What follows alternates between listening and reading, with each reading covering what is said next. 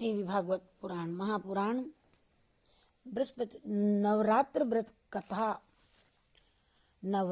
कथा प्रारंभ। बृहस्पति जी बोले, हे ब्रह्मा जी, आप अत्यंत बुद्धिमान, सर्वशास्त्र और चारों वेदों को जानने वालों में श्रेष्ठ हो। हे प्रभु, कृपा कर मेरा वचन सुनो। चैत्र अश्विन माघ और आषाढ़ के शुक्ल पक्ष में नवरात्र का व्रत और उत्सव क्यों किया जाता है, ये बताओ। हे भगवान, इस व्रत का फल क्या है, किस प्रकार करना उचित है, और पहले इस व्रत को किसने किया, ये सब सब सब मुझे विस्तार से कहो। बृहस्पति जी का ऐसा वचन सुनकर ब्रह्मा जी कहने लगे कि हे बृहस्पति, प्राणियों का हित करने की इच्छा से तुमने बहुत अच्छा प्रश्न किया है। जो मनुष्य मनोरथ पूर्ण करने वाली दुर्गा और महादेव, सूर्य और नारायण का ध्यान करते हैं, वे मनुष्य धन्य हैं। मनोरथ पूर्ण करने वाली दुर्गा, महादेव, सूर्य और नारायण का जो ध्यान करते हैं, वे मनुष्य धन्य हैं। यह नवरात्र का व्रत संपूर्ण कामनाओं को पूर्ण करने वाला है। इसके करने से पुत्र चाहने वाले को पुत्र, धन चाहने वाले को धन, विद्या चाहने वाले को विद्या और सुख चाहने वाले को सुख मिलता है। इस व्रत के करने से रोगी मनुष्य का रोग दूर हो जाता है, कारागार में बंद हुआ और जो मनुष्य बंधन से वह छूट जाता है। मनुष्य की समस्त विपत्तियां दूर हो जाती हैं। बंध्या को बांझ पुत्र मिलता है। कोक बंध्या से इस व्रत के करने से पुत्र पैदा हो जाता है। समस्त पापों को दूर करने वाले इस व्रत के करने से ऐसा कौन सा मनोरथ है जो सिद्ध नहीं हो सकता। जो प्राणी इस अलभ्य मनुष्य देह को पाकर भी नवरात्र का व्रत नहीं करता है, वह माता और पिता के हीन हो जाता है, अर्थात उसके माता पिता मर जाते हैं। वह माता पिता से हीन हो जाता है और वह अनेक दुखों को भोगता है और उसके शरीर में कुष्ठ रोग हो जाता है और वह अंगहीन हो जाता है। उसके संतानोत्पत्ति नहीं होती। इस प्रकार वह मूर्ख और अनेक दुख भोगता है। इस व्रत को न करने वाला निर्दयी मनुष्य धन और धान्य से रहित होकर भूखा प्यासा मारे पृथ्वी पर घूमता रहता है। पृथ्वी मारा मारा घूमता फिरता है और गूंगा हो जाता है। जो सधवा स्त्री भूल से इस व्रत को नहीं करती है, वह पति से हीन होकर नाना प्रकार के दुखों को भोगती है। यदि व्रत करने वाला मनुष्य सारे दिन का उपवास न कर सके तो एक समय भोजन करे और उस दिन बांधवों सहित नवरात्र कथा का श्रवण करे। हे बृहस्पति, जिसने पहले इस महाव्रत को किया उसका पवित्र इतिहास तुम्हें सुनाता हूँ, ध्यान से सुनो। तुम सावधान होकर के सुनो। इस प्रकार ब्रह्मा जी का वचन सुनकर बृहस्पति जी बोले, हे ब्राह्मण, मनुष्यों का कल्याण करने वाले इस व्रत को कहो। मैं सावधान होकर के आपके कहे हुए इस देवी भागवत के व्रत को सुनता हूँ। बड़े ध्यान से सुन रहा हूँ। आपकी शरण आए हुए मुझ पर आप कृपा करें। ब्रह्मा जी बोले, पीठत मनोहर नगर में एक अनाथ नाम का ब्राह्मण रहता था। वह भगवती दुर्गा का भक्त था। उसके संपूर्ण से युक्त मानो ब्रह्मा की सबसे पहली रचना हो, ऐसी यथार्थ नाम वाली सुमति नाम की एक अत्यंत सुंदर पुत्री पैदा हुई। वह कन्या सुमति अपने पिता के घर बालकपन में अपनी सहेलियों के साथ क्रीड़ा करती हुई इस प्रकार बढ़ती गई कि जैसे शुक्ल पक्ष की कला बढ़ती है। उसका पिता प्रतिदिन जब दुर्गा की पूजा और होम किया करता, उस समय वह भी नियम से वहां उपस्थित रहती थी। एक दिन वह सुमति अपनी सखियों के साथ खेलने में लग गई और भगवती के पूजन में उपस्थित नहीं हुई। उसके पिता को पुत्री की ऐसी असावधानी देख करके क्रोध आया और पुत्री से कहने लगा, ये दुष्ट पुत्री, आज प्रभात में तूने भगवती का पूजन नहीं किया। इस कारण मैं किसी कुष्ठी और दरिद्री मनुष्य के साथ तेरा विवाह कर दूंगा। इस प्रकार कुपित पिता का वचन सुनकर सुमति को बड़ा दुख हुआ और पिता से कहने लगी, हे पिताजी, मैं आपकी कन्या हूँ, ऐसा मत कहिए, और मैं सब तरह से आप ही के तो अधीन हूँ। जैसी आपकी इच्छा हो मेरा विवाह कर सकते हैं, पर होगा वही जो मेरे भाग्य में लिखा होगा। मेरा तो इस पर पूर्ण विश्वास है। मनुष्य न जाने कितने मनोरथों का चिंतन करता है, पर होता वही है जो भाग्य में विधाता ने लिखा है। जो ऐसा कार्य करता है सबको फल भी उसको फल भी उसी कर्म के अनुसार मिलता है, क्योंकि कर्म करना मनुष्य के अधीन है, पर फल देवों के अधीन है। जैसे अग्नि में पड़े तृण आदि उसको अधिक प्रदीप्त कर देती हैं, उसी प्रकार अपनी कन्या के ऐसे निर्भयता से कहे हुए वचन सुन करके उस ब्राह्मण को और अधिक क्रोध आया। तब उसने अपनी कन्या का विवाह एक कोड़ी कुष्ठी के साथ में कर दिया और अत्यंत क्रुद्ध होकर के पुत्री से कहने लगा, जाओ जाओ जल्दी जाओ, अपने कर्मों का ही फल भोगो। बोलती वो तो, अरे देखे भला भाग्य के भरोसे रहकर तुम करती क्या हो। इस प्रकार से कहे हुए पिता के कटु वचनों को सुन करके सुमति मन में विचार करने लगी कि अहो मेरा बड़ा दुर्भाग्य है जिससे कि मुझे ऐसा पति मिला। इस तरह अपने दुख का विचार करती हुई सुमति अपने पति के साथ वन में चली गई और भयावने कुशा युक्त उस स्थान पर उन्होंने एक रात बड़े कष्ट से व्यतीत की।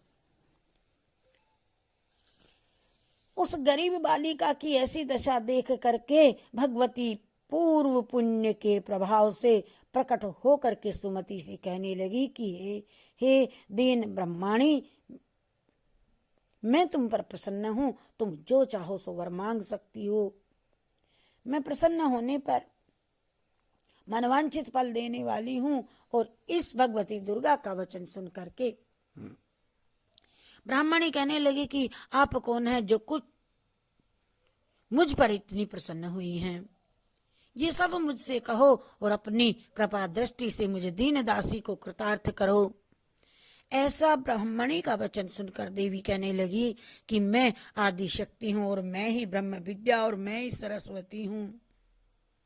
मैं प्रसन्न होने पर प्राणियों का दुख दूर कर उसको सुख प्रदान करती हूँ। हे ब्रह्माणी, मैं तुझ पर तेरे पूर्व जन्म के पुण्य के प्रताप से प्रसन्न हूँ और तुम्हारे पूर्व जन्म का वृतांत तुमको आज सुनाती हूँ।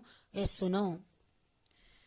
तू पूर्व जन्म में निषाद भील की स्त्री थी और अतिपति व्रता थी। एक दिन तेरे पति निषाद ने चोरी की। चोरी करने के कारण तुम दोनों को सिपाहियों ने पकड़ लिया और ले जाकर के तुम दोनों को जेल खाने में बंद कर दिया। उन दोनों ने तुझे और तेरे पति को भोजन भी नहीं दिया। इस प्रकार नवरात्र के दिनों में तुमने न तो कुछ खाया और न जल ही पिया। इसीलिए 9 दिन तक नवरात्र का तुम्हारा व्रत हो गया। हे ब्रह्माणी, उन दिनों में जो व्रत तुम्हारा हुआ उस व्रत के प्रभाव से मैं प्रसन्न होकर के तुमको मन वांछित फल दे रही हूँ। बेटी, और तुम्हारी जो इच्छा हो सो मांगो। इस प्रकार दुर्गा के दिए वचन सुन करके ब्राह्मणी बोली कि मैं आपको प्रणाम करती हूँ, कृपा कर मेरे पति के कोढ़ को दूर करो। देवी कहने लगी कि इन दिनों में जो तुमने व्रत किया उस व्रत के एक दिन का पुण्य अपने पति का कोढ़ दूर करने को अर्पण कर दो। मेरे प्रभाव से तेरा पति कोढ़ से रहित और सोने के समान शरीर वाला हो जाएगा। ब्रह्मा जी बोले। इस प्रकार देवी के वचन सुन करके वह ब्रह्माणी बहुत प्रसन्न हुई और पति को निरोग करने की इच्छा से ठीक हो गई।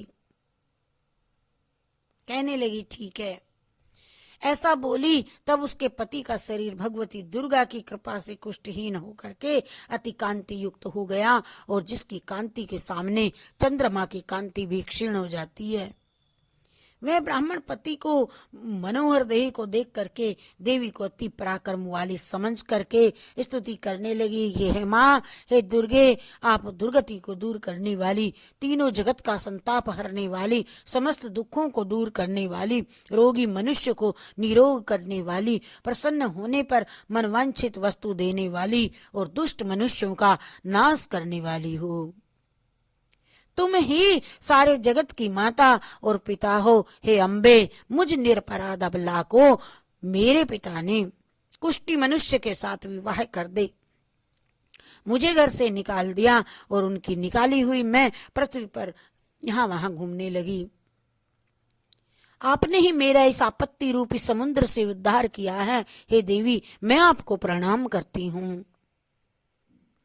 मुझ दीन की रक्षा करो। ब्रह्मा जी बोले कि हे बृहस्पति, इसी प्रकार उस सुमति ने मन में देवी की बहुत स्तुति की और उसके द्वारा की हुई स्तुति को सुनकर के सुमति पर देवी को बहुत संतोष हुआ और ब्राह्मणी से कहने लगी, ए बेटी ब्राह्मणी, तेरे उद्दालक नाम का पति बुद्धिमान, कीर्तिमान और जितेंद्रिय एक पति से जितेंद्रिय पुत्र शीघ्र ही होगा।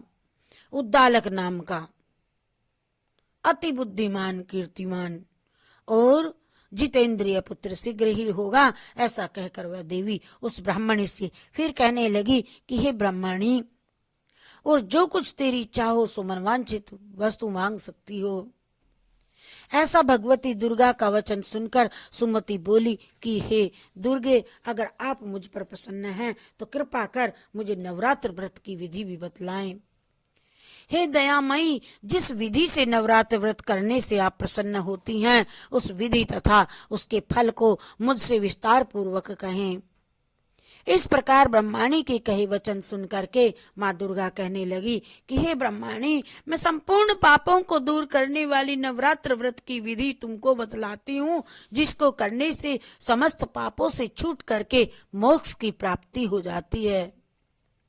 और अश्विन मास में शुक्ल पक्ष की प्रतिपदा से लेकर के 9 दिन तक विधि पूर्वक व्रत करे। जो यदि दिन भर का व्रत न कर सके तो एक समय भोजन करे। पढ़े लिखे ब्राह्मणों से पूछ करके घट स्थापना करे, वाटिका बना करके उसको प्रतिदिन जल से सींचे। महाकाली, महालक्ष्मी और महासरस्वती जी की मूर्तियां बना करके उनको नित्य विधि सहित पूजा करे और पुष्पों से विधि पूर्वक अर्घ दे। बिजोरा के फूल द्वारा अर्घ देने से रूप की प्राप्ति होती है और जायफल से कीर्ति तथा दाख से कार्य की सिद्धि होती है। आंवले से सुख और केले से भूषण की प्राप्ति होती है। इस प्रकार फलों से अर्घ दे करके यथा विधि हवन करे। खांड, घी, गेहूं, शहद, जौ, तिल, बिल्व, नारियल, दाक और कदम्ब से हवन करे। गेहूं से होम करने से लक्ष्मी की प्राप्ति होती है। खीर और चंपा के पुष्पों से धन और पत्तों से तेज एवं सुख की प्राप्ति होती है। आंवले से कीर्ति और केले से पुत्र होते हैं। कमल से राज सम्मान और दाखों से सुख और संपत्ति की प्राप्ति होती है। खांड, घी, नारियल, शहद, जौ और तिल, इनमें फलों से होम करने से मन वांछित वस्तु की प्राप्ति होती है। व्रत करने वाला मनुष्य इस विधान से हवन करे कि आचार्य के अत्यंत नम्रता के साथ प्रणाम करे और यज्ञ की सिद्धि के लिए उसे दक्षिणा दे।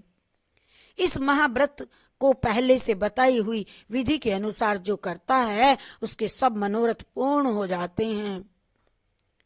इसमें तनिक भी संशय नहीं है। इन 9 दिनों में जो कुछ दान आदि दिया जाता है उसका करोड़ों गुना फल मिलता है। हे ब्राह्मणी, इस संपूर्ण कामनाओं को पूर्ण करने वाले उत्तोत्तम व्रत को तीर्थ, मंदिर अथवा घर में ही विधि के अनुसार करे। और ब्रह्मा जी बोले, हे बृहस्पति,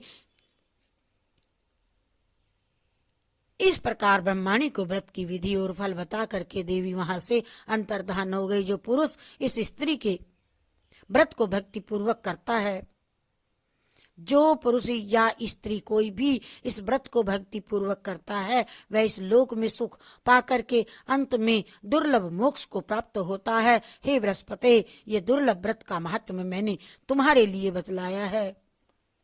ऐसे ब्रह्मा जी के वचन सुनकर बृहस्पति देव जी आनंद के कारण रोमांचित हो गए और ब्रह्मा जी से कहने लगे कि हे ब्राह्मण, आपने मुझ पर अति कृपा की जो अमृत के समान इस नवरात्र व्रत का महात्म सुनाए। हे प्रभु, आपके बिना और कौन इस महात्म को सुना सकता है। ऐसे बृहस्पति जी के वचन सुन करके ब्रह्मा जी बोले कि हे बृहस्पति, तुमने सब प्राणियों को हित करने वाले इस अलौकिक व्रत को पूछा, इसीलिए तुम धन्य हो। इस भगवती शक्ति संपूर्ण लोकों की यह भगवती शक्ति संपूर्ण लोकों की पालन करने वाली है और इस महादेवी के प्रभाव से को कौन जान सकता है। जय श्री कृष्णा, जय श्री कृष्णा, जय माता कृष्ण देवी अर्पणमस्तु, जय देवी अर्पणमस्तु। कहत शिवानंद स्वामी, भनत शिवानंद स्वामी, सुख संपत्ति देवा।